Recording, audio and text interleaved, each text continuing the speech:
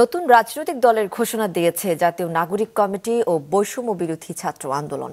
দুপুরে তাদের কেন্দ্রীয় কার্যালয়ে এক যৌথ সংবাদ সম্মেলনে জানানো হয় এ মাসের মধ্যেই দলের ঘোষণা আসতে পারে।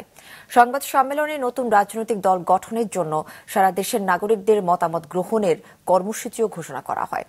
আপনার চোখে নতুন বাংলাদেশ প্রতিপাদ্যে মতামত সংগ্রহ কর্মসূচি চলবে বলে জানান তারা।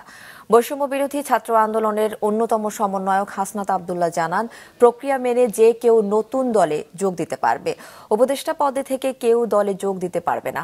জুলাই বিপ্লবের চেতনা ধরে রাখতেই নতুন রাজনৈতিক দল ঘোষণা বলে জানান তারা। নতুন রাজনৈতিক দল গঠনের জন্য 1 লাখেরও বেশি মানুষের মতামত নেওয়া হবে বলে জানান নাগরিক কমিটির আহ্বায়ক নাসির উদ্দিন পাটোয়ারি।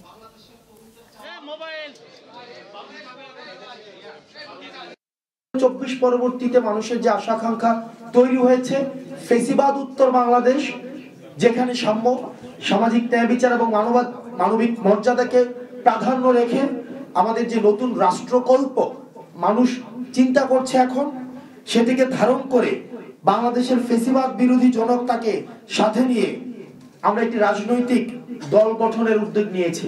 সবাইকে একসাথে নিয়ে একটি আমব্রেলা পলিটিক্যাল পার্টি করব, যেখানে এই আন্দোলনে যেভাবে সকল জনগণ অংশগ্রহণ করেছিল, সবাই যাতে অংশগ্রহণ এবং মতামতের সুযোগ থাকবে।